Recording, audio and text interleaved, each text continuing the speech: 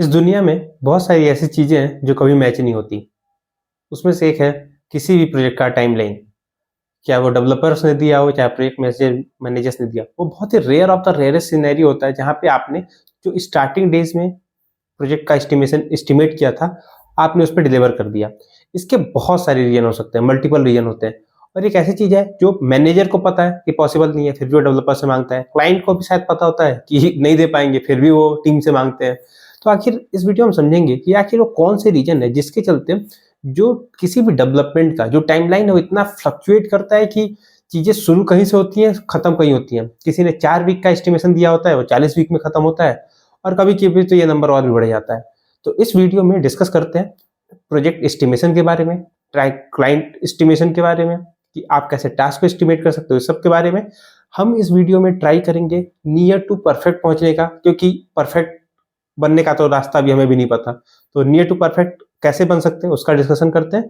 तो वीडियो अपने स्टार्ट करते हैं इस इंट्रो के बाद से।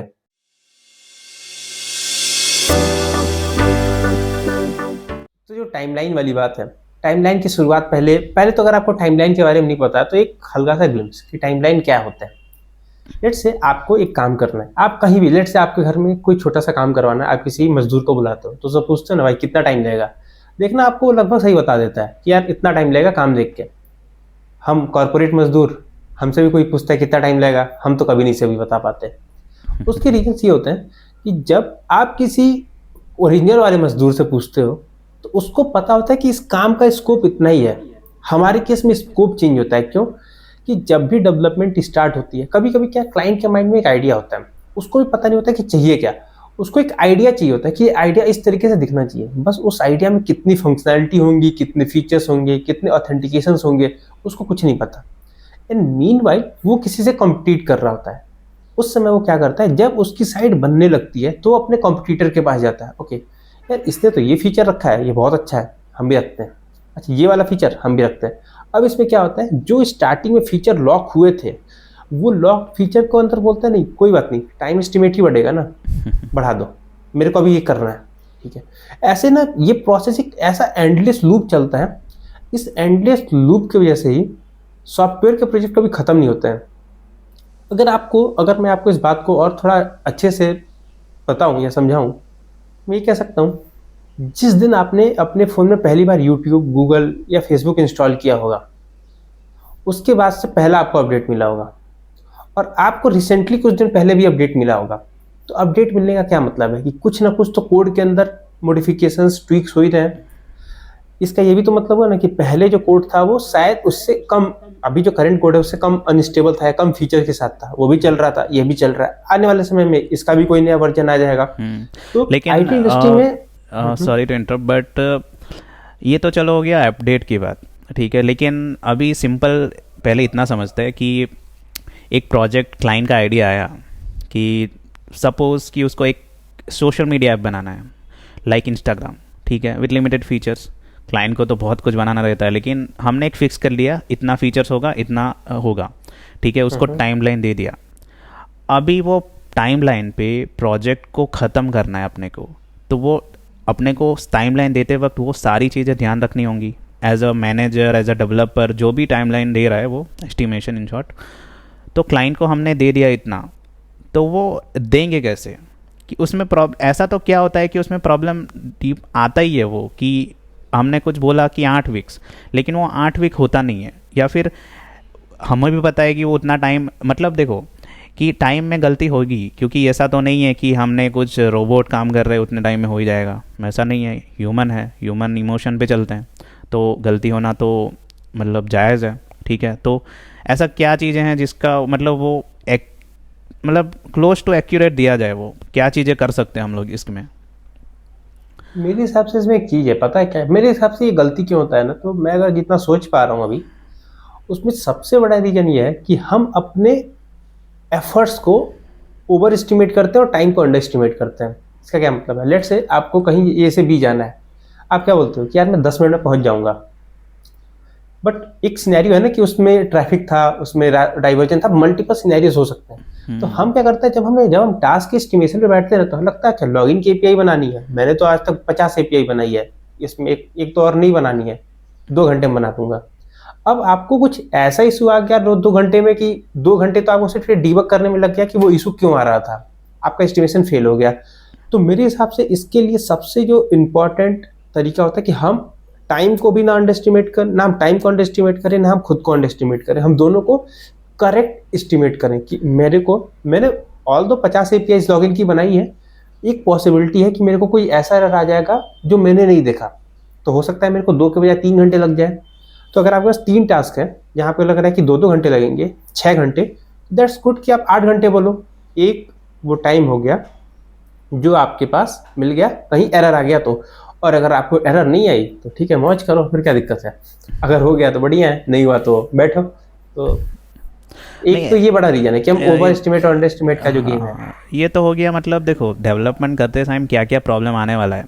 जैसे देखो काफ़ी सारे, जैसा मेरा एक्सपीरियंस है ना, क्या होता है कि कोई नया प्रोजेक्ट आया और जब मैं कंपनी में काम करता था तो मेरे सीनियर मेरे को बोलते थे, सीनियर मतलब प्रोजेक्ट मैनेजर या मेरे ऊपर ट्रियल है वो, कि इतना इसका एस्टिमेशन दे, क्योंकि उनको आगे देना होता है।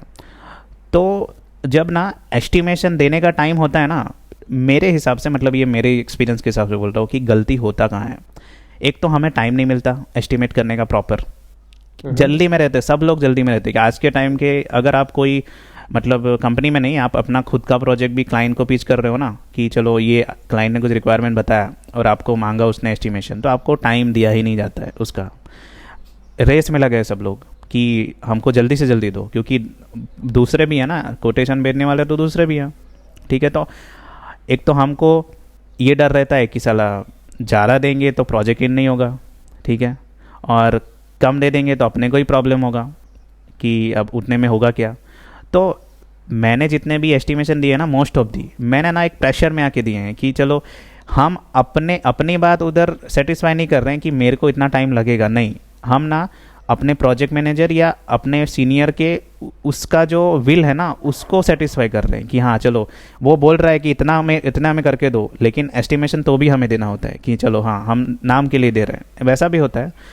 लेकिन मैं तुमको इंस्टेंट बता रहा हूँ विमल, एक चैट एप्लीकेशन का।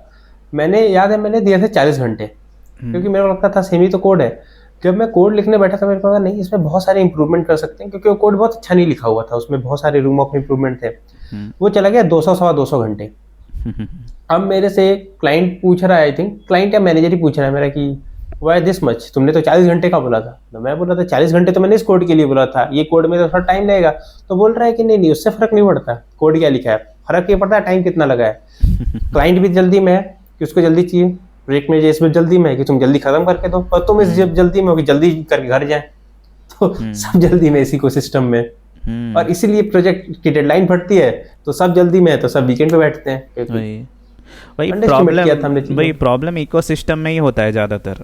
अगर आप जो डेवलप करने वाला हो ना, सबसे बेस्ट वही जानता है कि कितना टाइम लगने वाला है, और एस्टिमेशन देता कौन है कि डेवलपर्स। देखो मैंने जो बताया ना कि आपके पास एस्टिमेशन बनाने का रिक्वेस्ट आता है अगर आप सीनियर डेवलपर हो तो, लेकिन आपको बनाना उनके अकॉर्डिंग ही होता है कि हमारे पास इतने का ही रेंज है, रिसोर्स है। हाँ, रिसोर्स कितने हैं? हाँ रिसोर्स भी है और रेंज इतना ही है हमारे पास। हम उसको देखो मतलब 1500 घंटे का प्रोजेक्ट अपने को लग रहा है, लेकिन क्लाइंट को हमको 1000 घंटे से ज़्यादा नहीं दे सकते, तो वहाँ क्या ही कर लोगे आप, क्या ही कर लोगे। क्योंकि और एक और बात है ना विमल कि देखो जिस चीज में जितना टाइम लगना है उतना लगना ही है। हाँ, मतलब ये कांस्टेंट है। अगर तुमको ए से बी जाने में 2 मिनट लगता है किसी भी मीडियम से, लेट से कि तुम पैदल जाते हो 2 मिनट लगता है, गाड़ी जाते हो 1 मिनट लगता है, तो 1 मिनट गाड़ी से जाने में तुम बहुत कर लोगे तो कुछ माइन्यूट सेकंड बचा सकते हो, कोई बहुत बड़ा डिफरेंस नहीं आता। और मेरे को लगता है कि ये एक बहुत बड़ा मिथ है, मतलब मिथ नहीं है, एक बहुत बड़ी रिक्वायरमेंट है खासतौर से सर्विसेज की, सर्विस बेस्ड कंपनी की। उनको लगता है कम दो क्लाइंट आएगा, और फिर अल्टीमेटली तो टाइम देखो, अगर कोई काम 200 घंटे का है तो 200 घंटे ही लगेंगे। हाँ वही अच्छा डेवलपर बैठा दिया तो 1900 लग जाएंगे, खराब बैठाया तो 2200 लग लेकिन जाएंगे। कंपनी वाले ये भी सोचते हैं ना कि चलो 200 घंटों तो 2 डेवलपर काम करेंगे तो लगेंगे, हम 5 लगा दे तो वो तुरंत हो जाएगा। मेरे को तो नहीं लगता ना पर्सनली कि ज्यादा डेवलपर लगाने से ज्यादा काम होता है। ये बहुत बड़ा ये मिथ है, मतलब मुझे कंपनी लगता है ज्यादा डेवलपर लगाओगे तो 2 बैठ जाएंगे, 3 काम करेंगे। हाँ ऐसा तो 100 लगा दो। और जो बड़ी बड़ी कंपनीज होती हैं उसमें क्या होता है, अगर मैं एक बड़ी कंपनी का एग्जांपल दूं तो बहुत बड़ा बैंक का प्रोजेक्ट है, उसके पास 150 डेवलपर्स काम कर रहे हैं और काम 5 भी नहीं कर रहे हैं सही से। हाँ बिलिंग 150 की जा रही है। वही। अल्टीमेटली क्लाइंट को कब तक दिक्कत नहीं है, जब तक उसका बिजनेस सही चल रहा है, जब तक उसके पास पैसे आ रहे हैं, उसको नहीं फर्क पड़ता कि आप 150 लोग के साथ काम कर रहे हो 200 लोग, वो बिलिंग भेज देगा आपको। और उनकी रेवेन्यू के हिसाब से आपकी बिलिंग इतनी होती नहीं है कि वो बोले अरे नहीं नहीं भाई ये क्या भेज दिया। लेकिन रेवेन्यू वगैरह तो पिक्चर में तब आएगा ना जब वो प्रोजेक्ट रियल वर्ल्ड में यूज़ करना चालू होगा। अभी क्लाइंट के दिमाग में जस्ट अभी आइडिया आया है, प्रोजेक्ट उसका रेडी हो गया, तो 1 साल तो लगने वाला है वो मोमेंटम में आने के लिए, उसका रेवेन्यू जनरेट कर पाए वो, ठीक है, वो तो बात की बात है। लेकिन अभी तो चल रहा है डेवलपमेंट, वो क्लाइंट यही सोच रहा है माइंड में कि मेरे को मिलेगा कब, ठीक है। कंपनी का टारगेट क्या रहता है, अभी इसका साइकोलॉजी समझो। क्लाइंट क्या सोच रहा है, मेरे को जल्दी से जल्दी मिले, काम खत्म हो मेरा, ठीक है। कंपनी क्या सोच रही है, मेरे को जल्दी से जल्दी देना है, मेरे को जल्दी से जल्दी ख़त्म करना है, इस वजह से क्योंकि जितना जल्दी ख़त्म करूँगा मैं डेवलपर को दूसरे प्रोजेक्ट में यूज़ कर पाऊँगा, ठीक है। और दोनों अपने कॉस्ट के बारे में सोच रहे हैं। कंपनी सोच रही है मेरे को ज़्यादा पैसे मिले, क्लाइंट सोच रहा है मेरे को कम पैसे देने पड़े, ठीक है। तो ये रेस में ना प्रॉब्लम वहाँ ही हो जाती है कि डेवलपर्स, उनको एक टाइमलाइन दिया जाता है कि यहाँ से इतना टाइम है, करो डेवलपमेंट, ठीक है। कभी कभी तो मतलब इतना टाइट रखा जाता है ना टाइमलाइन कि अभी जैसे सिंपल एग्जांपल दूँ तो एक हमारा एक रीसेंट प्रोजेक्ट चल रहा था, ठीक है। उसमें एक टीएल था, ठीक है। टीएल ने ऐसा टाइमलाइन दे दिया ना कि वो सीनियर के अकॉर्डिंग था कि चलो ये एपीआई 2 आवर्स, ये एपीआई 3 आवर्स, 1 आवर, ठीक है।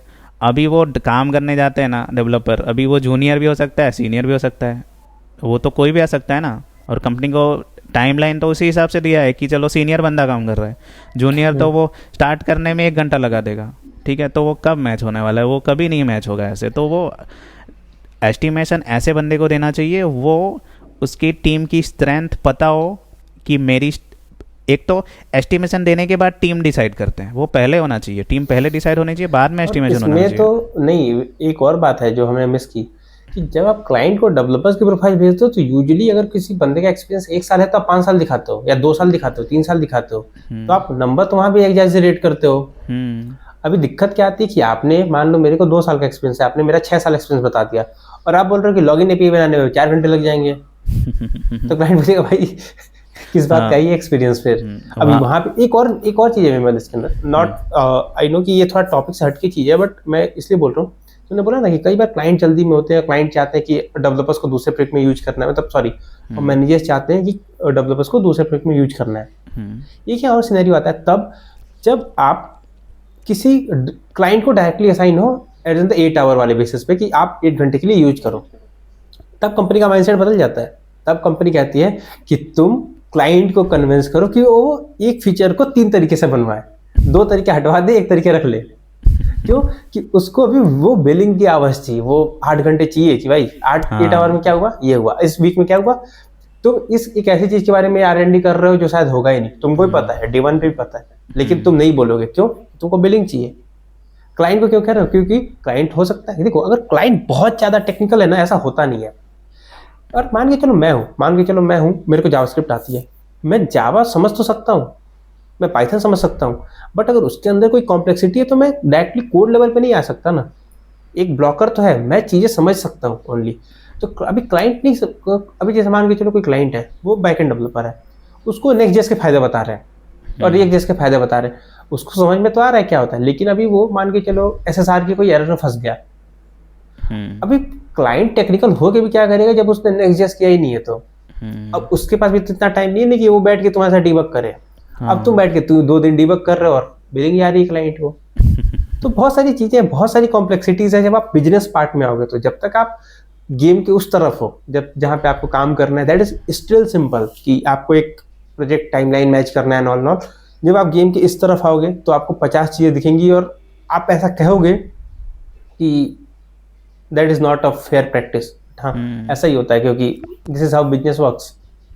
अभी ये तुमने बहुत अच्छा पॉइंट बोला कि जब डेडिकेटेड बेस पे कोई प्रोजेक्ट पे काम किया जाता है ना कोई डेवलपर के द्वारा, ठीक है, तो वहाँ पे बिलिंग कंपनी सोचती है कि ज़्यादा से ज़्यादा की जाए, क्योंकि ज़्यादा बिलिंग होगी तो वो पैसे ज़्यादा मिलेंगे कंपनी को।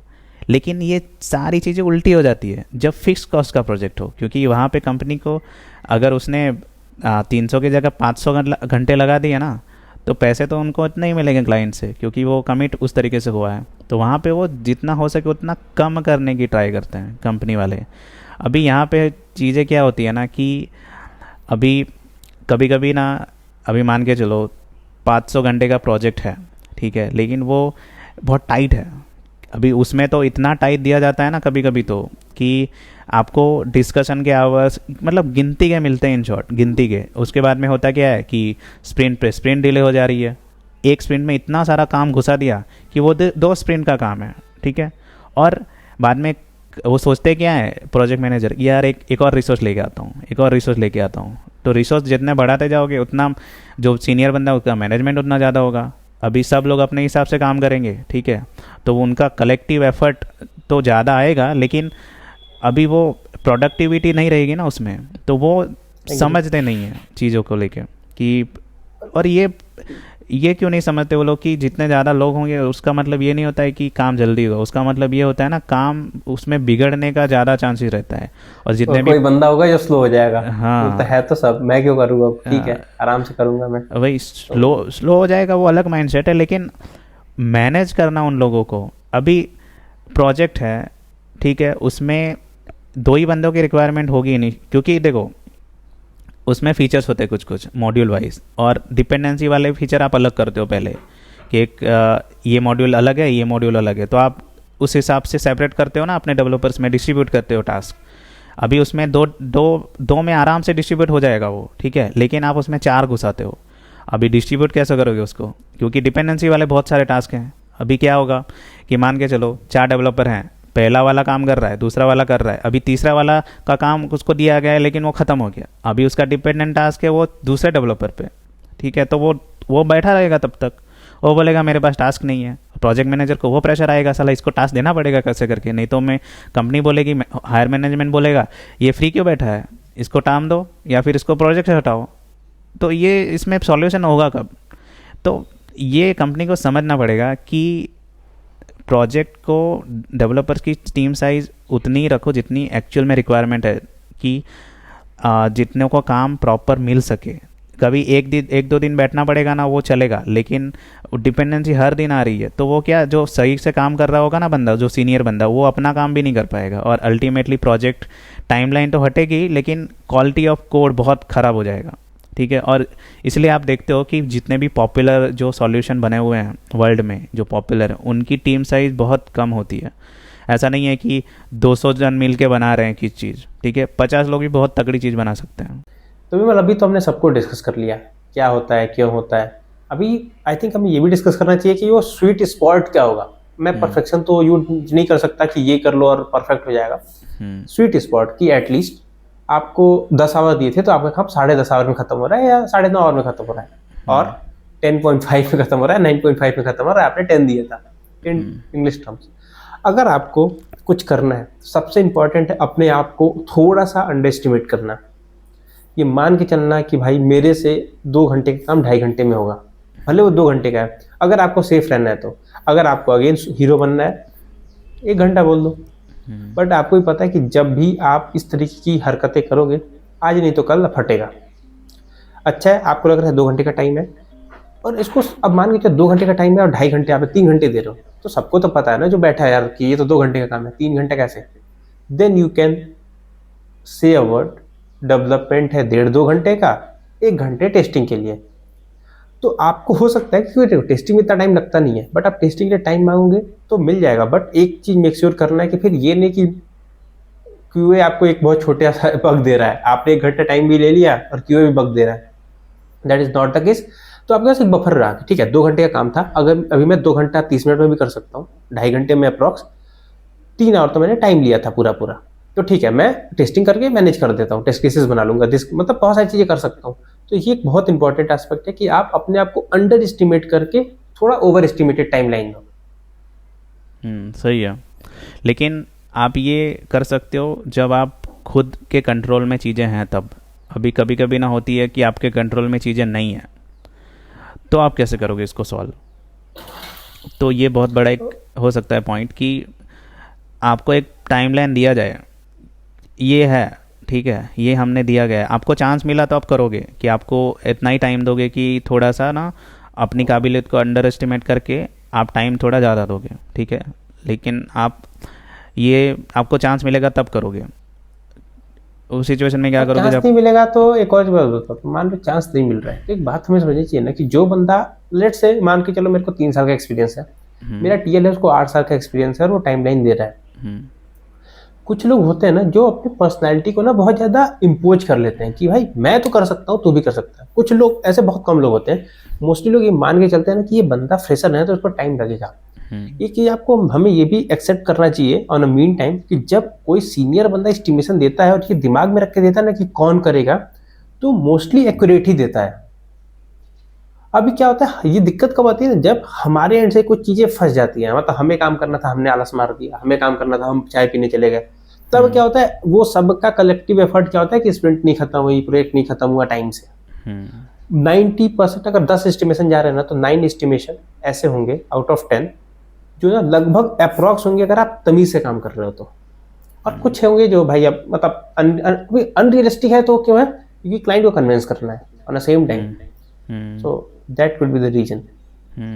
और आपको अगर मिलता भी है ना ऐसे कि अभी आप एक जूनियर हो या आप जो भी पोजीशन पे हो और आपको एक टाइमलाइन दिया गया है, आपकी टिकट में इतने मेंशन है, इससे ज़्यादा आवर्स नहीं लगने चाहिए, ठीक है, तो आप अपने सेफ साइड में क्या कर सकते हो पहले ही कि देखो एक टास्क आपको दिया गया है ना, उसका जस्टिफिकेशन आपको पहले ही बना लेना है कि देखो ये टास्क में ये चीज़ें लगेंगी, ये चीज़ें लगेंगी, इतनी लिमिटेशंस हैं, ठीक है, इतना R&D वर्क है, जो भी है टास्क के ऊपर है वो, तो आप पहले ही बता दो अपने प्रोजेक्ट मैनेजर को या टीएल को, जो भी आपके सीनियर है ना, उनको पहले ही बता दो देखो इसमें टाइम इतना गया है, ठीक है, और मेरा एक्सपीरियंस के हिसाब से, और मेरा एक्सपीरियंस ना भी उसमें इंक्लूड करूँ, ठीक है, तो इसमें टाइम लगने वाला इतना, ठीक है, लेकिन टाइम इसमें इतना ही है, वो पहले ही हाईलाइट कर दो, तो आपको ना बाद में दिक्कत नहीं आएगी। वो इंडिविजुअल केस के लिए बोल रहा हूँ मैं, अपना खुद को डिफेंड करने के लिए, नहीं तो आप बोलोगे ना डायरेक्ट चालू कर दोगे और बाद में बोलोगे कि आपने पहले बोल दिया हाँ हो जाएगा, ऐसे नहीं, बाद में होगा नहीं, क्योंकि वो अनरियलिस्टिक है, तो कैसे होगा। तो वैसे आप ये इस मामले में ऐसे टैकल कर सकते हो, आपके कंट्रोल में आता हो तो आप करोगे ही। तो ये था टाइम एस्टिमेशन के अराउंड जो मिथ हैं, जो कंपनीज़ के अराउंड, डेवलपर्स के अराउंड चलते रहते हैं, इसका पॉसिबल सॉल्यूशन क्या आ सकता है, इस वीडियो में हमने डिस्कस किया। फिर भी आपको लगता है कि कोई पॉइंट या कुछ ऐसा चीज़ हमने मिस किया जो होना चाहिए था, जो आपने एक्सपीरियंस किया, ठीक है, जो हमने बात नहीं किया, या फिर आप अपना खुद का एक्सपीरियंस हमारे साथ शेयर भी कर सकते हैं कमेंट सेक्शन में। तो अभी मिलते हैं किसी और मज़ेदार डिस्कशन में, तब तक के लिए धन्यवाद।